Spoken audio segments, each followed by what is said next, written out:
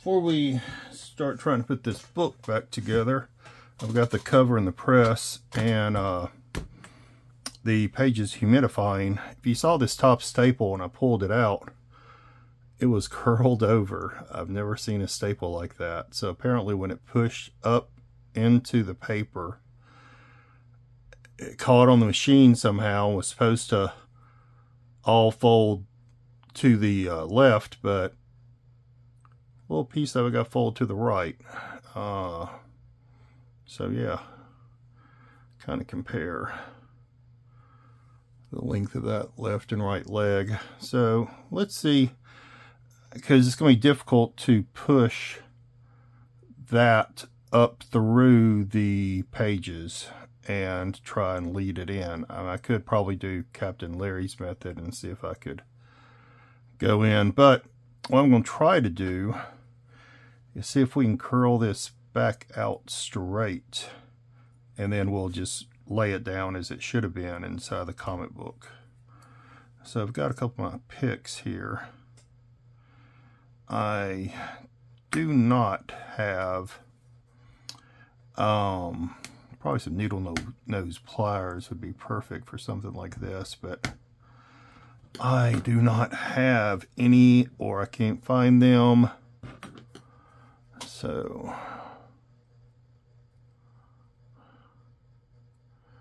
right now I'm not having much luck. Let me see.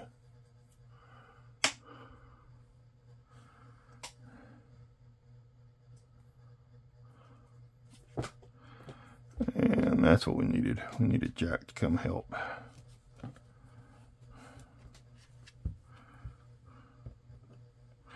Hello, Jack. Oh my gosh, yes.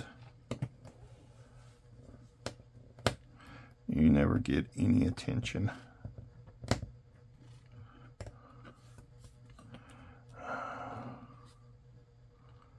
Well, that just does not want to grasp.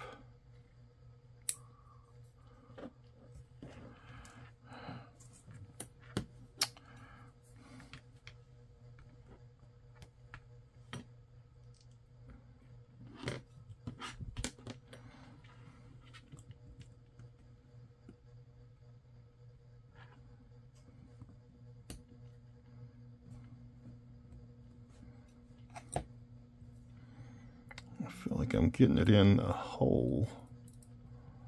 That's what she said. I don't know. I just have to leave it. I think we're gonna have to leave it. Huh, Jack? Alright. Well, we'll see what we can do whenever we go to put the book back together. Alright, Conk fam. So, open up the press.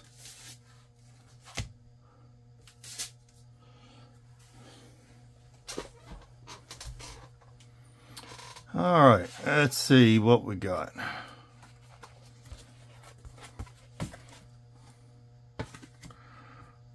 Alright, looks great. Nice, smooth, and so y'all saw I did something a little different with the cleaning. I did add surfactant to the wash, but then I came along with a brush. And I noticed that in a poster conservation video I was watching. I did notice when I was putting the cover back on, the pages showing through, wondering if I'd gotten some shrinkage in the cover. I don't think so, and I'll show you why. Is because the cover's hanging over quite a bit on the back. And so I don't think I had any shrinkage. It was just a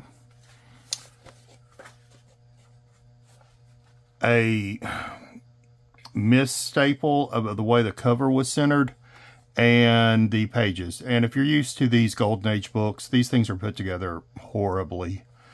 Not well at all. So let's remove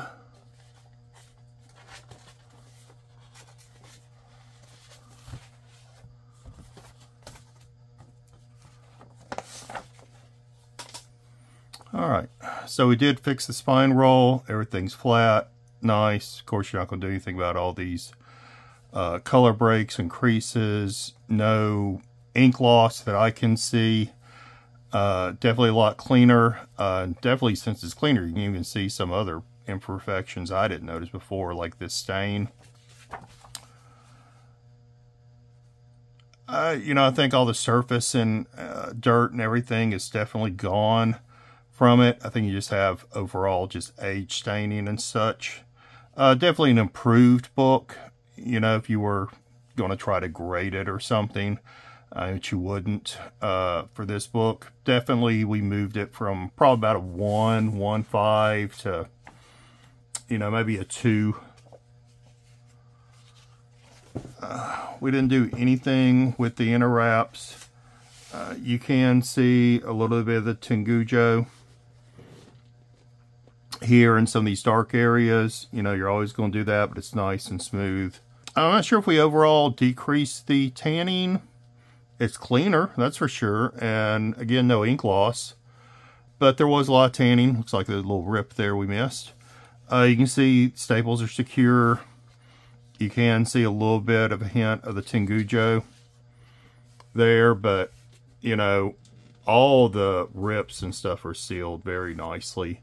You can't really even tell there are rips to that. You can tell from the cover because, you know, there's a rip here, rip here, rip here. But, oh, Jack.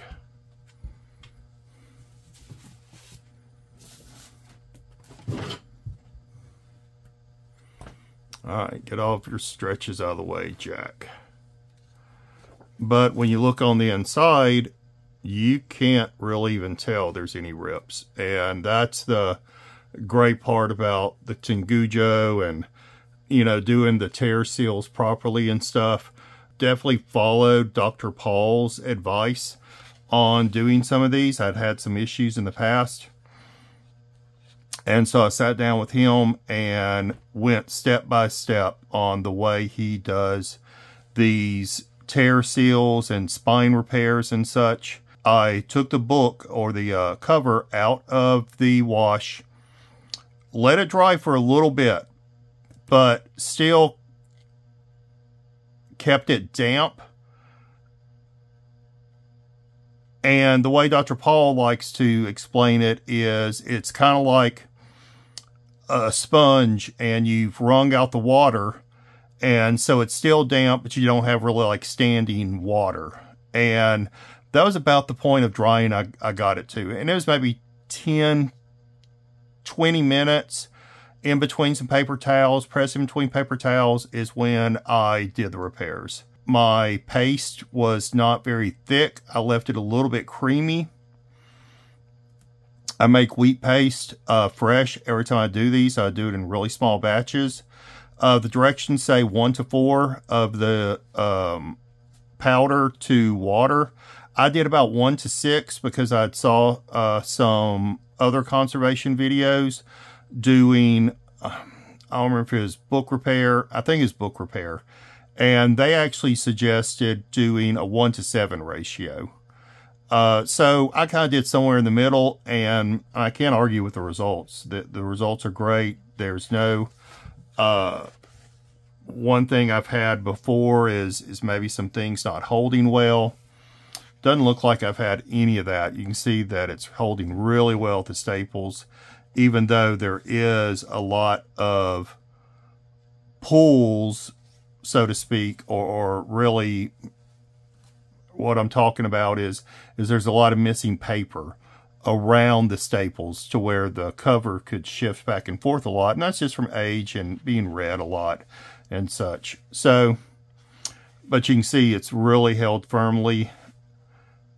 So definitely I'm happy to have practice on that. I feel like I've gotten a pretty good handle on the way I want to try and do these spine repairs from here on. We'll jump to the center wrap. And if you wanted to practice again on a book like this, I mean, you could, you know, do washes on the paper, the pages and stuff. And the pages are really soft. They're a little bit brittle if you play with them too much. You know, that really wasn't the purpose of this practice for me. It was more of the cover and the damage, because I really wanted to practice on my spine seal repairs.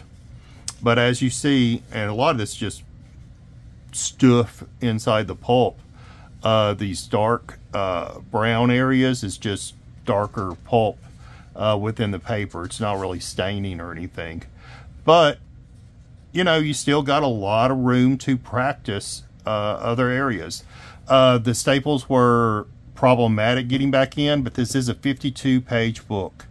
Think about that ahead of time.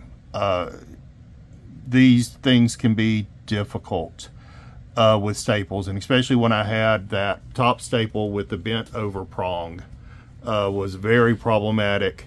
I did have to end up using Larry's method, where all right, Jack's in the way, hold on. Okay, so I did have to use Larry's method, where I kind of fished the staple in from the inside and then curled it around, because I couldn't get that bent area. And let's see. All right, here's the centerfold. If you remember, we had this paper all break away in the centerfold. Actually, there's a little fleck of paper there still coming off, but I fixed all that. If we look over here, you can see my repair of the Tengujo with the staples. I did use 2 layers of Tengujo here to reinforce this. You can actually see the staple is showing through the Tengujo. The Tengujo is a bit of a transparent paper, so that's why I used 2 layers, because there just wasn't any paper there to attach the Tengujo to. So the staples are mostly attached to the Tengujo itself versus the paper of the book. But that's just because there wasn't any paper left. I did a little bit of repair here. There was a spine split. Again, I wasn't going for invisibility or anything. And it always shows up, the white Tengujo shows up pretty bright on these pages. And there's even a stain here. Again, if you want to practice with stain removal, you know, there's still a lot of practice left in this book if you wanted to go that far. But yeah, you can see the staples are held pretty firmly. Here, there's that split that I'd seen and I fixed. But yeah, you could go a little bit further. There's that bent over staple. It's still not pushed down really well. I was having trouble bending that leg. Probably, if this was something I wanted to conserve to grade, I would either replace the staple or purchase some needle nose pliers and try to bend that back. But as you saw in the video, it was very difficult, and probably a staple replacement would have been the right thing to do. And you wouldn't get marked off by CGC any further, because it's already in a conserved state. So that would have just been a natural byproduct of the conservation itself. But you can see the spine roll is gone, lays really nice and flat, and we'll jump to the last page. Wasn't a lot really wrong with this page. On the other side, we did do some reinforcement on the corners, but again, you can see the Tengujo. You can see a little peek of the tear here, but I'm very happy with the way the Tengujo laid down with my wheat paste mixture. I'm running my finger over it. It feels smooth. You can tell it's there, and you can see a little peek of some of these tears, but the tear seals are great. Definitely not moving apart. There's no uplift of the Tengujo, which I've had before. I'm even kind of scraping it with my thumbnail, and it's not wanting to come up. So really happy with the mixture that I did with the wheat paste and the results here. So again, practice, and this is what I wanted to do with this book specifically, was practice on my spine seal repair technique and the wheat paste that I've had issues with in the past. So, you know, that's another thing, you know, pick a book that has the type of defects you're wanting to practice with. You know, again, you can see these tears, but they're not, you know, they're all nice and flat, you know, because they're sealed now with the Tengujo. So pick a book that has the type of flaws you're wanting to work on. And like I said, there's a lot more that could be done with this. I could have bleached, practiced that. I could have practiced blue light to see if we could have gotten this wider. That wasn't what I was wanting to do with this book. Man, look at that color. The color is still so great. Gloss has come back, and I haven't buffed this book yet either. Y'all saw me, I just pulled it out of the press. Normally what I do. So what you'd want to do at this point is do what's called a buff. And again, you can see how well those sealed. You know, I'm running this cotton pad along these tears and nothing's pulling up. You know, if you would try to do this before the conservation, all this would have pulled up. And I'm putting a little bit of pressure and nothing's pulling up. All of it's laying nice and flat. Even here with these reinforced corners, you know, I can scrub around. But yeah, you want to give your book a nice buff.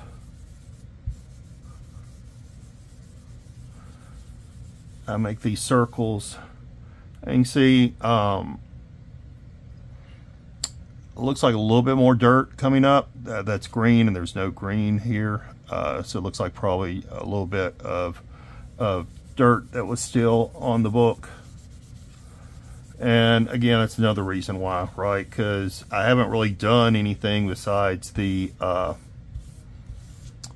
brushing when it was in the solution to remove dirt. I didn't do a dry clean on this. Oh, look how that gloss. This is from 1949. So, you know, a 75-year-old book. Even though you have all these wrinkles and you know, you can tell the book has been loved. Look at that gloss, still there. And you'll see the same thing on the reverse. Excuse me, Jack. I hate my work getting in the way of you giving yourself a bath. Wanting to share a little bit of the spotlight here. Yeah, so a little bit more of that dirt coming up. All right, so thank you. Please like, comment, subscribe, hit that notification bell anytime you want to see me or Jack over here. Look at that. That's a face. But thank you again. And with that, I'm going to say peace. Love, I'm going to do half a heart, and comics. Thank you all. Bye.